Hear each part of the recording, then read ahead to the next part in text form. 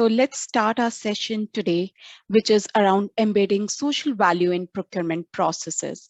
This is a lunch and learn webinar, and we will be running this session with Wates Residential.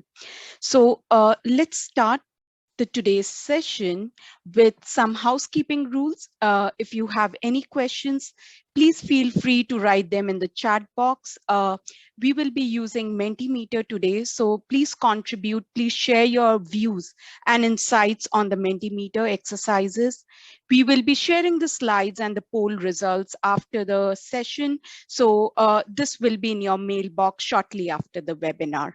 And this webinar is being recorded. One request, we will share the feedback form after the session because we run these lunch and learn sessions every month. We always invite our partners and members to participate with us, share their case studies and use cases. So it's good to have your feedback to know what we should include in our sessions and what really went well. So please share your feedback after the session today. First thing first, the takeaways from today will be quite powerful and insightful because we will be defining what is social value, what it means to work around social value, why it is important to work around social value, what are the drivers and influencers. Then specifically Michelle, she will be discussing about social value and procurement and how to actually embed social value within your procurement processes and supply chain. Lastly, we will share certain best practices and resources from our school platform as well. First thing first, my name is Vaishali Bed. I'm a senior consultant with Action Sustainability, who is the delivery partner for the school platform. And I'm the lead for the social value and sustainable procurement within Action Sustainability. So let's start today's session with understanding what is social value. Uh, Definitely, there are a lot of terms, there are a lot of terminologies around sustainability, and slowly and steadily, it is becoming a web around these words. But it's really important to understand what is social value. If you dig deeper in social value, it is all around the sustainability pillars, which is the social, environmental, and the economic side. Interestingly, many of our partners believe that 17 UN SDG goals are also a basis for social value. So if you will look into the themes of social value within PPN 0620, all the 5 themes are around the economic, environmental, and social side. So it's the way you would like to look at social value and how you would like to work around social value. With this, what we will do, we will use Mentimeter today to understand that what you mean by social value. And for this, I will request you to please join us on www.menti.com. And you can see the code on the screen. The code is 73563402. I will repeat the code 73563402. So if you will please log in on menti.com, you can actually, we will run you through certain exercises, certain questions over there.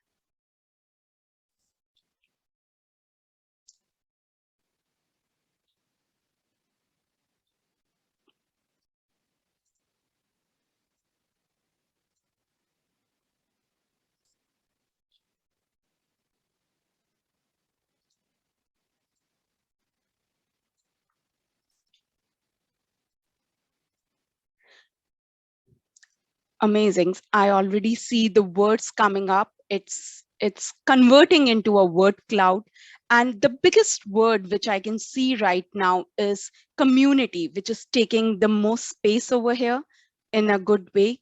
Sustainability, people, local environment, contribution, additional, employment, investment, all positive words here. Diversity, improvement, social, society, benefits, support. So amazing to see all the positive impact what we are trying to create here from our procurement and supply chain processes. So, but the three words which are really taking the space is people, community, and sustainability. And it's good to know that we are actually relating social value not with only the social aspects, which is important, but also with the environmental and the economic benefits, what we can create. Moving on to the second question here on the Menti, which is around, what do you think? Is there a legal definition for social value? Is there any regulations which is actually defining social value? I will give it a minute over here to see the responses.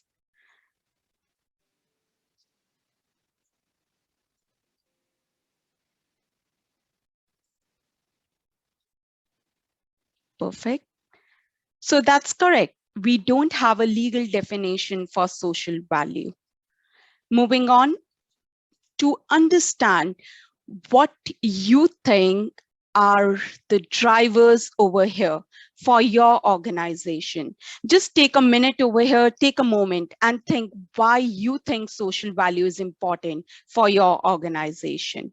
You will see certain options on the screen, which is around leadership, legacy, legislative context, investor shareholder expectation, of course, to attract and retain staff as well, to manage your reputation, your brand image, to improve relationship with your local communities where you are operating, to manage the risk within supply chain, to drive innovation, or maybe anything else you think is important.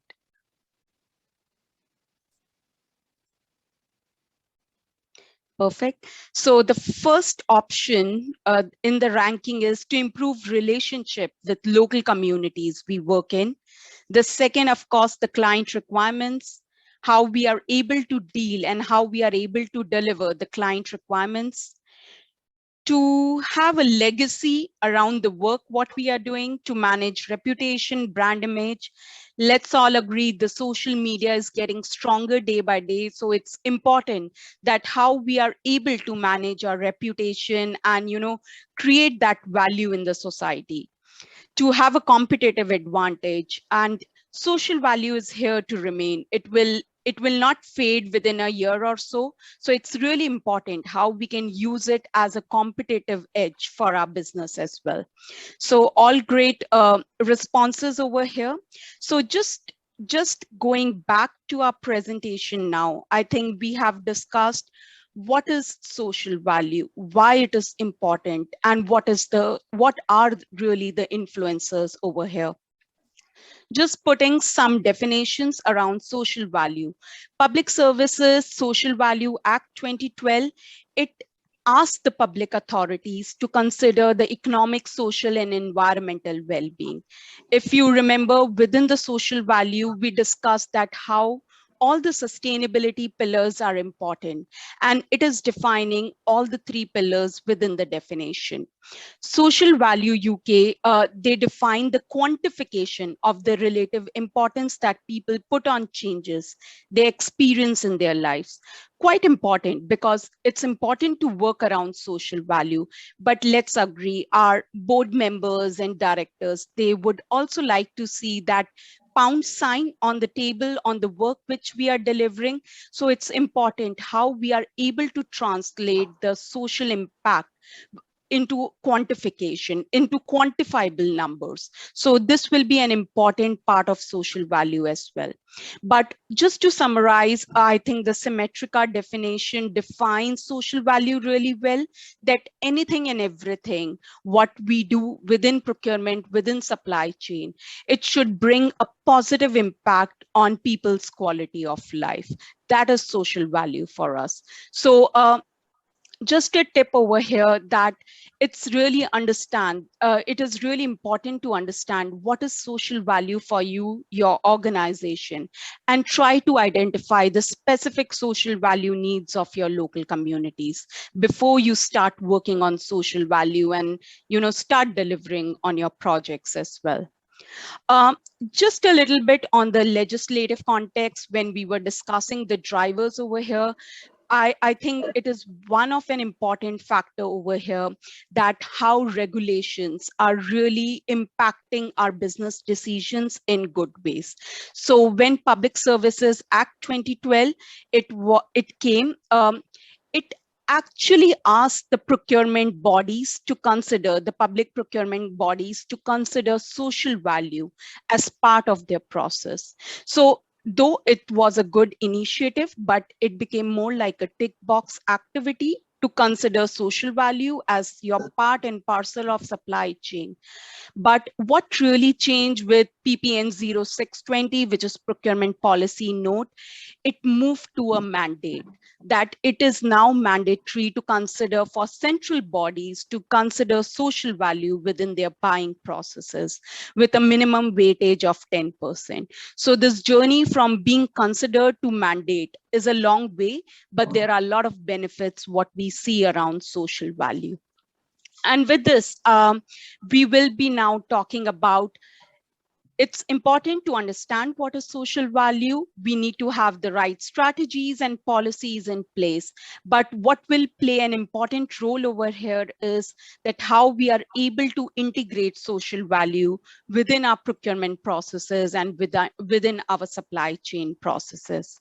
So with this, I will invite Michelle, who is the Wates Residential Social Value Director, and just couple of lines about Michelle would be quite interesting over here, that Michelle is Wates Residential Social Value Director, and she's responsible for the delivery of social value to communities across London, south of England, and Wales.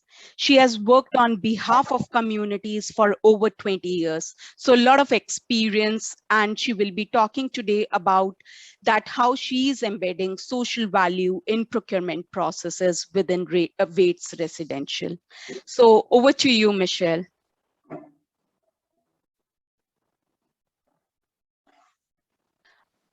Michelle, you are on mute, sorry.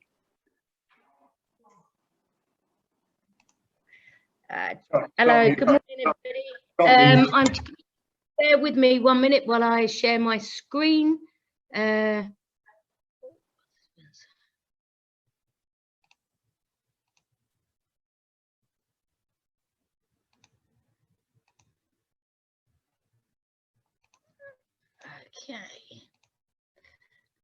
Can someone just let me know that you can see that, okay? Yes, Michelle. Thank you. Okay, so thank you very much for the introduction. So I am Michelle McSorley, the Residential Social Value Director, and I currently work for Wates Residential, which is part of the Wates Group, a leading family-owned construction, residential development and property services company, which is now in its 4th generation, and this year celebrating its 125th anniversary. So Wates Residential is one of the UK leading developers, and as mentioned before, we operate across London, the South, and also within Wales, working predominantly with public sector bodies and partners to build more and better homes. And this is really driven by our shared vision that everyone deserves a great place to live.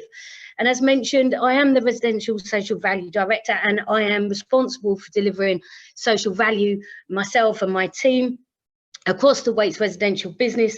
And I truly believe that, you know, genuine social value is the foundation which people can build their lives and contribute to thriving communities. And it's just a great start, and it makes great business sense, as well as I will mention as we go through this presentation. So already we've touched a bit about what is social value and why does it matter. You know, it is the long-term sustainable improvement for society, where that can be gained by promoting social, economic and environmental well-being. And it can be, I suppose, described in broader value. It's creating, considering a wide range of impacts and decisions that can influence society and communities, and not just financial implementation. So for us, you know, being a construction company, a developer, it's not just about building the buildings, it's about the social, economic and environmental impacts that we can have on our communities where we're working and the people who are living in those communities. And as mentioned already, you know, the Public Services Act of 2012 stipulated that public sector bodies should take into account this broader value as it stands to be gained by society. And then most recently, we've seen the PPN, so the Procurement Policy Note of the 0620 and the social value model. And that requires more explicit evaluation of social value. And as mentioned already, that 10% weighting. So these are really key drivers about, you know, embedding social value in our procurement processes. So just to sort of touch on, you know, we just mentioned the Social Value Act, the PPN 0620, and these are really sort of coming into play now. And we're seeing this more and more. And I started my career in construction 5.5 years ago, coming on 6 years now with Wates Residential. And when I first started, you know, as mentioned, you know, it was something to consider as part of the Social Value Act. You know, consider adding social value through your procurement. And we were seeing a weighting, you know, 5 years ago, 5-10% in the tender docs or the bidding docs, however you wish to describe them. And then most recently, we're seeing that weighting increase with this new mandate and the way that people are adopting this approach, and social value as a movement gaining momentum and progressing through corporate companies. And, you know, we're seeing a lot more of this weighting increase through the tender documents that are coming through. But why else is it important to embed social value in the procurement? Well, it's part of what we do at Wates. It's part of our culture. It's a part of our DNA. We have a guiding framework, and it sits hand in hand with our social value strategies and the way that we approach our communities, embedding social value throughout all of our operations. But not only that, we've got the planning. So Section 106 requirements, you know, you've got the employment and skills plan, or in some cases it's called the employment and skills supply plan. And we have to take into consideration all of these things when it comes to procurement. So there's several stages of social value, from the tender docs right through to the delivery stage. So the bid lead is accountable for addressing and resourcing. Okay, the community investment manager will offer support and the bid team or the pre-con team advice around the social and economic demographics of the area and how to write a bespoke delivery plan. Something that's bespoke and addresses the needs of that community. So that it's meaningful, it's relevant, and that actually social value is about creating the impact for that community longer term. So once we get to the pre-con stage of, you know, after the bid, once we get to the pre-con stage, we would then input all of those KPIs or the promises or the commitments, some people call them different things, the social value plan. We then put that into what our monitoring tool, our community investment plan, and our community investment managers and social value managers will support that work and make sure that they're working closely with our procurement teams and closely with our commercials, so our QSs and our commercial teams, to ensure that proportionately we can break down some of those KPI commitments and cascade them into our supply chain. And we do this via contractual mandates. And I'm going to touch a little bit more on the process in a minute. So then we get into the delivery stage, and our social value team here in Wates Residential ensure that the commitments are being delivered and that we're also reporting on the progress. And we import not only internally for our own measurements, but also for our clients. And most recently, we're supporting our supply chain to also think about their measurement and how they can demonstrate the impact that they're having through their own social value strategies or their own social value delivery, whether it be with a client or whether it be organisational on their own. And I will touch upon some of those areas now. So As part of this new process that we implemented last year, we thought, well, you know, at tender stage, we are asked a question around social value. What are you going to do to address this borough's need in social value? What are you going to address this county's need in social value? So for us, we don't ask our supply chain to commit to many KPIs, but the KPIs that we do ask for are the KPIs where we need support to help the delivery. So we thought, how can we embed a similar process through our procurement that we have to adhere to through our tender process for our clients and our partners? But not only that, for our supply chain to understand the importance of social value, not just for our clients and partners, but also us here at Wates, and providing early sight of the KPIs and the commitment required from them if they were to tender for a package with us or to become a consultant and you know, receive an appointment via us. So this early stage allows the supply chain to take ownership of their KPIs and provide time to plan ahead and the resources to plan ahead. And for our supply chain also to have the opportunity to provide additional social value, because we may highlight some key KPIs as benchmarks that we require. However, many of our supply chain go, well, actually, I'd like to give you this. I'd like to do this for this community. So it provides that opportunity for those conversations to happen. So as I mentioned earlier on, each of our sites, each of our developments, we create a social value offering to support and address the needs of the community where we'll be working. And this happens at tender stage. So within the proposals, there'll be several projects and activities to address those needs and address and offer support to local stakeholders, the client, partners, to make sure that we complement each other and dovetail rather than compete when we come into a community. Now, throughout this proposal, the social value proposals that we put together, the KPIs that we ask our supply chain to support us with currently mainly are around our employment and skills and community impact projects. So a lot of volunteering and professional volunteering and support, because our supply chain have a vast amount of skills that they can also support those local communities with. So when we get to contract award, so pre-con stage, we sit down and we sit with our commercial, our QSs, and we look at actually how can we split out the KPIs. And we split this into a package table. So Wates are always taking the first proportion of those KPIs. Once the document has been completed, this will be added to the procurement strategy. Now, the figures are calculated based on an estimated value of the packages that are going to be awarded, the duration of the contractor on site, or the duration of the consultant, or even considering the supplier that we are buying products or materials from. And proportionately, we work out which package should receive what number against the KPIs. Now, as you can see here, there are 7 main KPIs that we ask our supply chain to support us with in our delivery.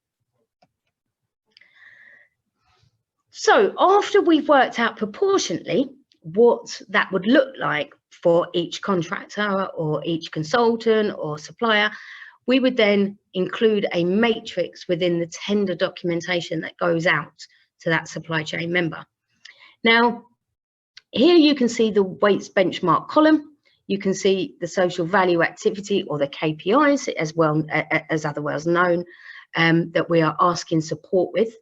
In here, we will take the figures that we've proportionately worked out and put them in as a benchmark. And then our supply chain are able to say, yes, we can meet your benchmark target. And then they would have the opportunity to respond by adding their figures in the yellow column, which then calculates the social value measurement using the SVP TOMS. That also then gets returned with all of the other tender docs, so the pricing documents, the quality, the health and safety, all of the other things. This then gets returned back to our commercial team, who then evaluate it. It's at that point they will be able to score that individual and to appoint the supply chain or the consultant, and orders and appointments will be made. However, within this matrix, we've also got boxes here at the bottom, which allows the supply chain to add any additional social value that they would like to bring. You know, I've had people previously say, do you know what, Michelle, I think it's a great idea doing all of this and we can support you to do this. However, I want to run a dragon boat race down the River Thames for young people that are likely to fall into gang violence or a life crime. And that's fantastic. So yeah, put it in your matrix, include it. We have lots of great ideas and additions coming through from our supply chain, which also supports the other KPIs which we're not asking our supply chain to support us with at this stage. So just wanted to highlight, when that matrix is returned, our commercial team will evaluate that alongside our social value managers and may ask for support to reach out to our supply chain and have a conversation if there's any difficulty understanding the matrix, or if they need any further assistance to complete the matrix, or further assistance in understanding what social value is and what it means to our clients and what it means to our partners and here at Wates. So as you can see there, you know, if someone scores a 2 with us, you know, that's great, that's fantastic, because that's what we want. You know, we want someone to match the benchmark target. Obviously, anything above a 2 is exceeding that, which is fantastic. So, you know, it's really about providing that early signs of what is going to be required from our supply chain. It's about creating early buy-in and also providing enough lead-in time for our supply chain to resource it and also plan ahead. So alongside those tender documents that goes out, that matrix has a front cover with notes of completing that matrix and the questionnaires. Also, we have created a guidance document for our subcontractors and all of our supply chain. Once the contract's been awarded and the package and the appointments go out, all of our contracts will receive a social value mandate within their scope of works.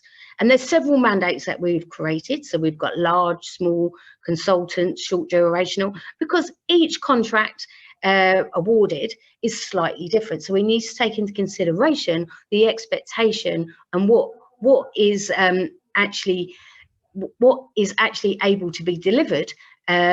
Because if someone's only going to be on one of our development sites for 6 weeks, it's very unfair and very unrealistic for us to ask them to appoint an apprentice or to try and recruit a local person. So we need to take into consideration the size of the package, the amount of people that's going to be on site, but also the duration of our subcontractors.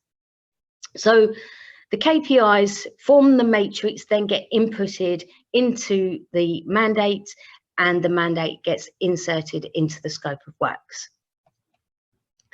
We have a process here, so that once the appointment's been made, contracts are signed and everything else, our commercial team share the details of the subcontractor with the social value team. The social value manager will get together and creates and agree an action plan of delivery with our supply chain member. And then we go into delivery stage. So we ask all of our supply chain to monitor their own social value as well in a tracker, which then gets submitted back with their payment quarterly. And also, if for any reason a subcontractor is having difficulty with reaching some of those KPIs or not able to do the delivery, it's at that stage that we ask for our subcontractor to come in, have a conversation and see how we can resolve the concerns together. You know, as part of the Wates residential team, we very much support all of our supply chain to ensure that we are here to help and support all of our contractors in reaching their KPIs. So it's about having early conversations. It's about making sure we've got an agreed action plan, supporting with trackers, making sure that we're providing the right information, and also putting people in touch with the right people, especially when it comes to funding, because not many of our supply chain understand all the avenues where they can tap into funding streams. So it's about having those conversations very early on. So we do have a clear process in place.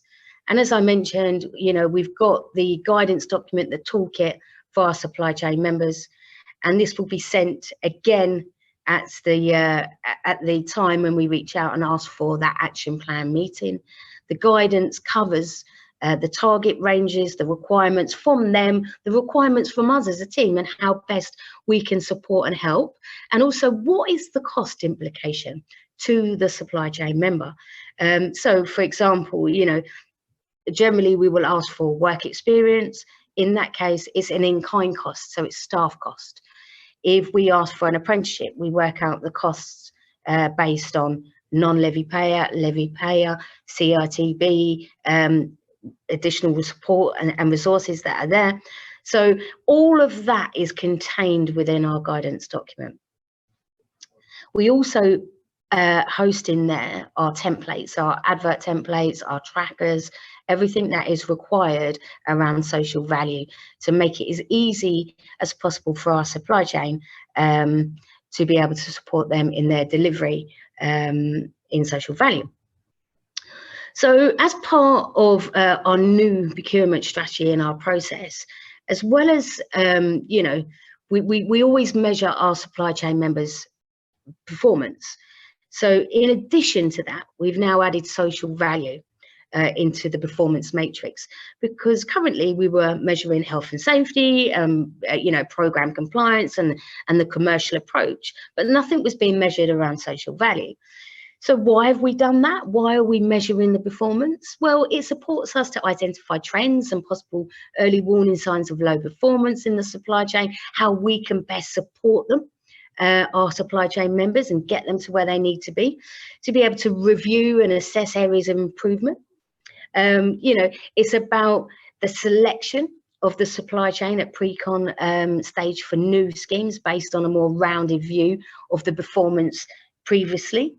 And it's a great place for us to be able to highlight, like I said, very early on, and have those early conversations, and to have regular review meetings and make sure that we are supporting in the right way. So how do we embed this new strategy? So we had input from all of our departments across our business unit on the design of it.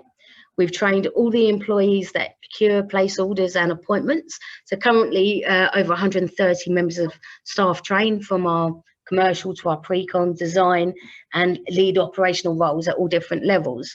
And include so we've included it in the main contract, the procurement strategy, the recommendations commit, our rules of engagement, and I just mentioned, the performance scorecard.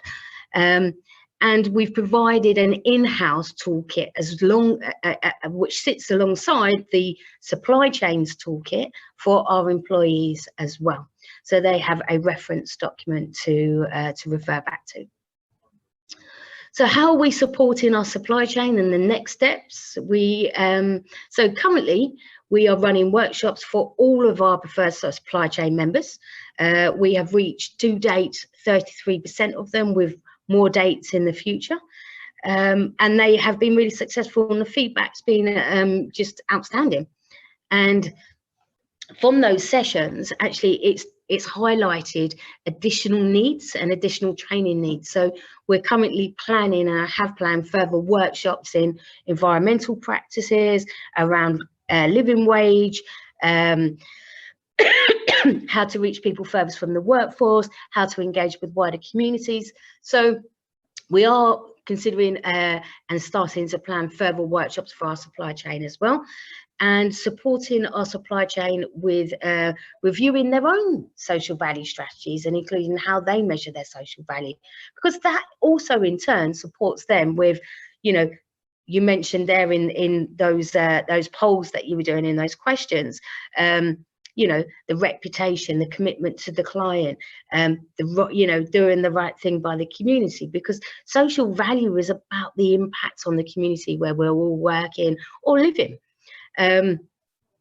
And for us, the last thing that we're currently doing, because this is rolled out in Wates Residential, which is part of the Wates group, we're exploring rolling this process out further across the Wates group. And currently we're exploring that at our central procurement services. So when we're looking at our larger supply chain that provide us with services or products, we're currently exploring that as we speak.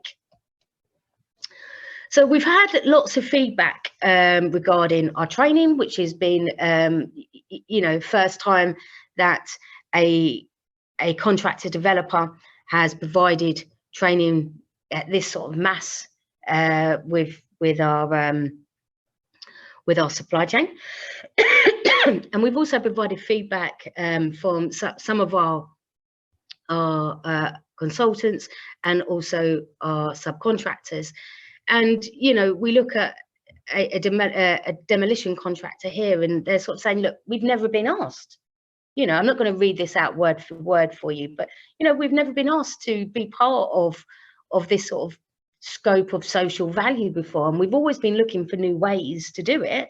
And this sort of new strategy that we implemented last year is really supporting them and helping them achieve their own goals and achieve social value, you know, throughout their own business. Excuse me for a moment.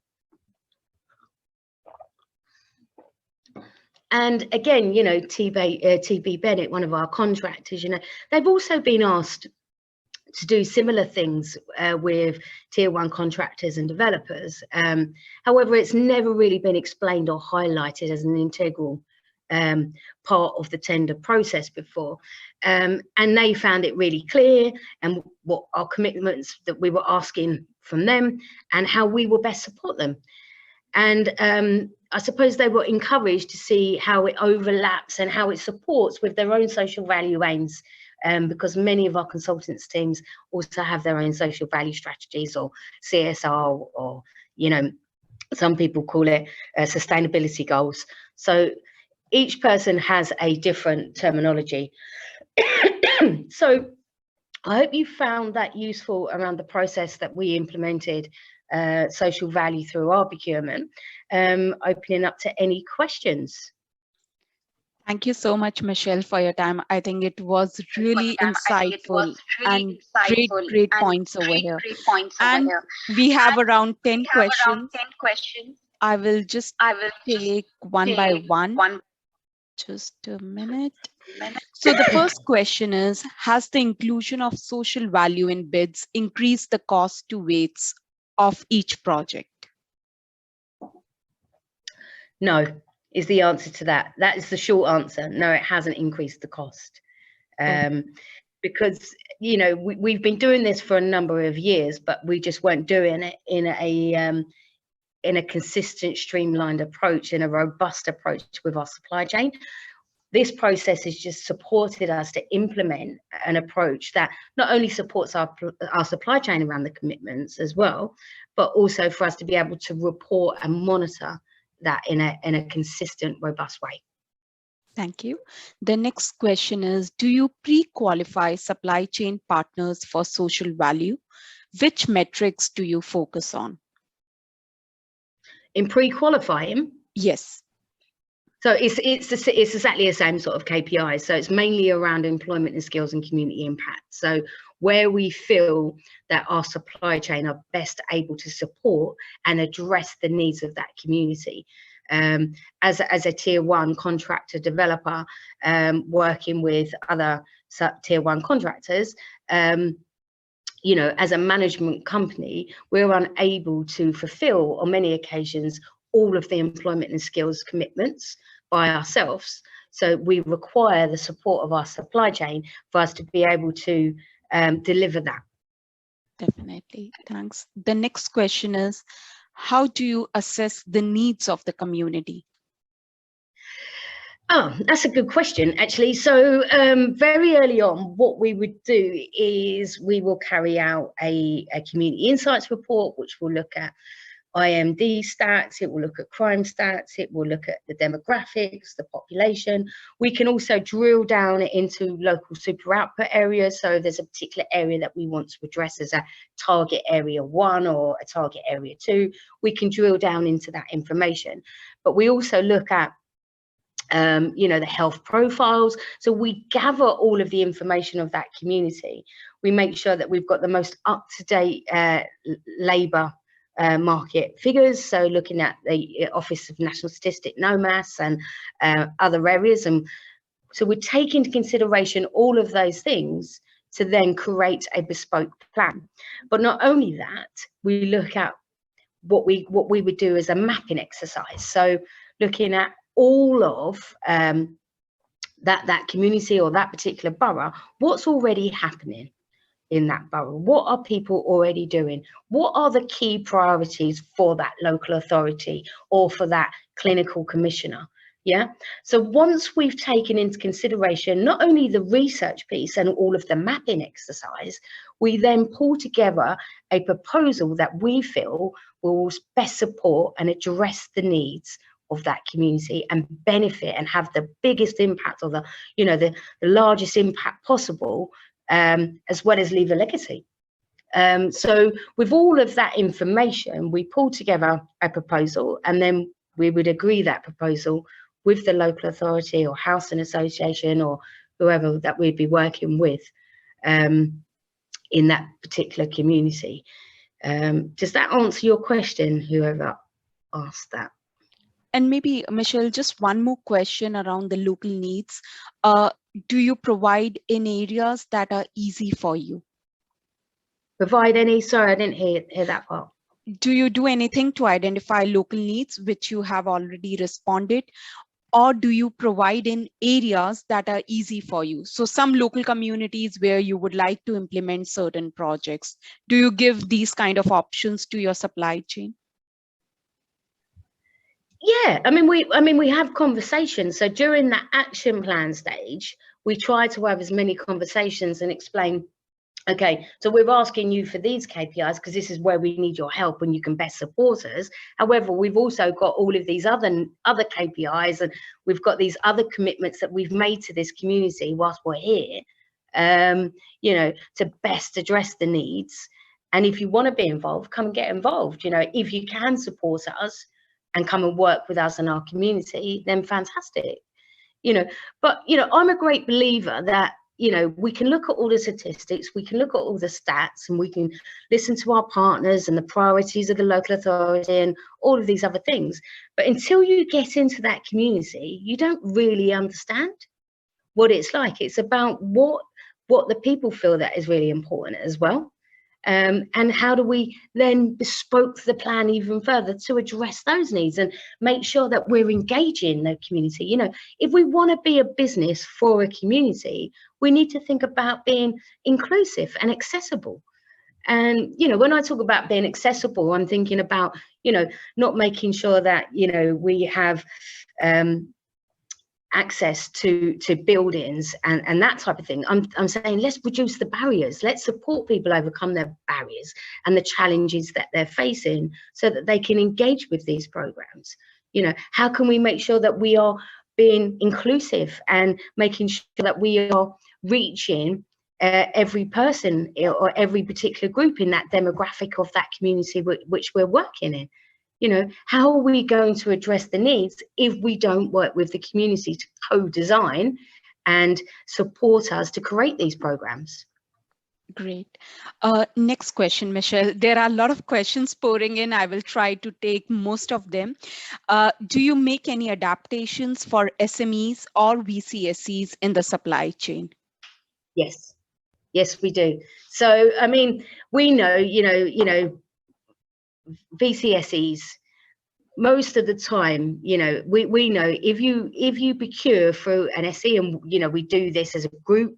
You know, we were part of the Buy Corporate Social Challenge, where we said that we would spend, you know, £20 million by 2020. You know, we've continued that through our Creating Opportunity strategy, where we've said that we're going to spend another further £25 million with the SE sector by 2025. And you know, we're great ambassadors, and we're always driving forward, spending social, buying social, because we know that actually by spending with social enterprises, in turn, that also creates social value.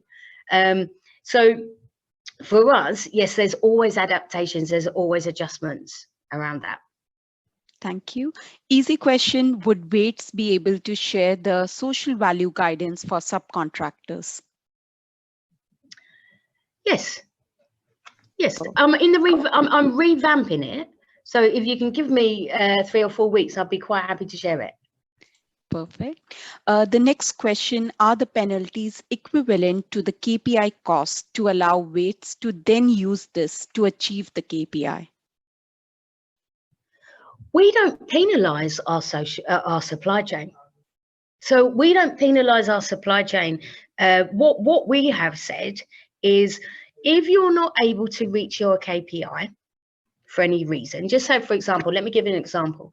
Right, say if I'm working with a supply chain member and they have a commitment, KPI of 1 apprentice, and they're not able to reach and complete that apprenticeship, but then we as the management company get penalised from the partner as part of the commitment, or the Section 106 penalty. It's at that stage we will pass that down for non-compliance. Yeah, but otherwise we don't penalise. We're not about, this is not about money making. This isn't about, you know, making this difficult for our supply chain. We want to work with our supply chain to address those needs of that community, and it's about, you know, trying to address the needs of the community, work together. It's not about, you know, Wates Residential saying you must, you know, you've got to do this, and if you don't, we're going to penalise you. Actually, what we're saying is, look, we need to do this. We've promised that we're going to do this. This is the right thing to do to support this community. And if we don't reach that and we receive a penalty further down the line, it will only be at that stage we will pass that down to our supply chain. So we don't penalise. Perfect. Next question, is the supply chain scoring metrics rolled out across all of Wates, including Smart Space? No. So as I mentioned, so this process currently is only for Wates Residential. So the other areas of the business, the other areas of the group, such as construction, smart space, property services, otherwise known as living space, those areas of the business haven't got this process yet. And that, as I mentioned, in the next steps, this is something that we're currently exploring. However, we are exploring it further in the first instance with our central procurement. So if you think of our PPE providers, or, you know, the building merchants that we work with, or, you know, labour agencies, or people like that, that sit within our central procurement, we are exploring that now. Thank you, Michelle. Just in the interest of time, I will take a couple of questions more, and we will make it more like a rapid fire for you. So the first question, when you refer to jobs and apprenticeships, are these permanent positions or only for the duration of the project? Well, you know, people ask me this all the time, actually, and I think, you know, if we are going to address the needs of the community, and we are going to build the economy, and if we are going to support the current climate, and we're all living in this climate, aren't we, at the moment? You know, every day we switch on the news, it's the cost of living crisis, it's the, it's the fuel poverty issue, it's the increase of fuel. You know, if we're going to address this, if we're working in an area and you go, well, actually, you've only got a job for 4 weeks, that's not going to support that individual, but that's also not going to make our business or our industry attractive. And as an industry, you know, we have a huge skills gap, huge skills gap, and we need to address that. And we need to bring people on, whether it's an apprentice or an improver or a new starter, so that we can be fit for the future as an industry. So in regards to short-term jobs, I always say to our supply chain, we can look at shared apprenticeship schemes. You can look at temporary people and host them via a labour agency for a short period of time. However, if you're going to invest in somebody, then surely it's in your benefit, it's in your interest to retain that individual, because you're investing your time and your money on them. And you're also setting a standard. You're providing them with work and teaching them your standards, and then you're going to let them go to somebody else, one of your competitors. So I often have these conversations with our supply chain, and in my 5 and a bit years, I think I've only seen 2 of my supply chain members use shared apprenticeship schemes. And you know, 95% of the time, workforce is recruited within the boroughs and surrounding boroughs and retained after they've gone with our supply chain members. So it's about thinking about the long term, the sustainability. And it's funny, I look behind you and you say action sustainability. Sustainability is not just about environment. Sustainability is about everything that we do. And if we want to be fit for the future as an industry, we need to be sustainable. So that's what I always recommend to my supply chain members when I speak to them. Awesome, Michelle. Let's move to the next question. Easy one again, hopefully. Do you tailor your social value guidance toolkit for each individual project? No, it's general, because how it works is the guidance document is a toolkit around social value. And as I mentioned, you know, it will have the targets, what's expected of our supply chain member, what we're going to do as a team to support you, what's the cost, what's that rough cost going to look like to you as a supply chain member. So it's at that very first initial. So when you're, you know, if you were a supply chain member with me at Wates Residential, and my colleagues have provided you with an order, when you first start with us, either myself or one of my team would sit down and create an action plan and talk to you about that bespoke project that you're about to work on. It's at that stage that we have that conversation, bespoke by bespoke. To have the resource to change this toolkit to make it bespoke for each site or each development, you'd be spending quite a lot of time updating that. However, we do have those conversations and create the action plan around that. Perfect. Michelle, there are, I think, around 10 more questions. What we will do, just in the interest of time, we will send across these questions to you and we will take it from there. Because I just want to spend last 2 minutes. We will be running one more session with Michelle in September, because I think you are in demand right now. And there are a lot of insightful things which we can share with our group. So I will just take us back to our presentation quickly. And of course, within Supply Chain Sustainability School, we are doing a lot of work around social value based on our partners and members' requirement. We have just introduced a social value e-learning module. And if you really want to communicate about what is social value, why it is important, I think this module is free of cost for you and your supply chain. Just log in on the school website. You can access this training and share with your partners and members as well. And we are running these special lunch and learn sessions, what we call, and we will be dwelling more into the industry specific topics. So in May, we will be having a discussion with Akerlof around ESG, because of course, ESG has taken a lot of our space, a lot of our, efficiency in terms of understanding what it really means. So what we will try to do, we will try to magnify the role of social value and how it fits within ESG. In July, we will be running a session, a special session again around supplier diversity with MST UK. In August, we will be running a session around how to make a case study around social value. So Network Rail will be presenting their social value framework around this. And in September, Michelle is back with us and we will be discussing around integrating social value in supply chain again with Michelle. So please do join these sessions, log in on our school platforms. You can register over there and we will take your questions and we will get back to you with the slide, with the poll results and some responses around the questions today. So thank you, Michelle. Thanks so much for your time today. And thank you everyone for your time today. Thank you so much. Have a great day ahead. Thank you.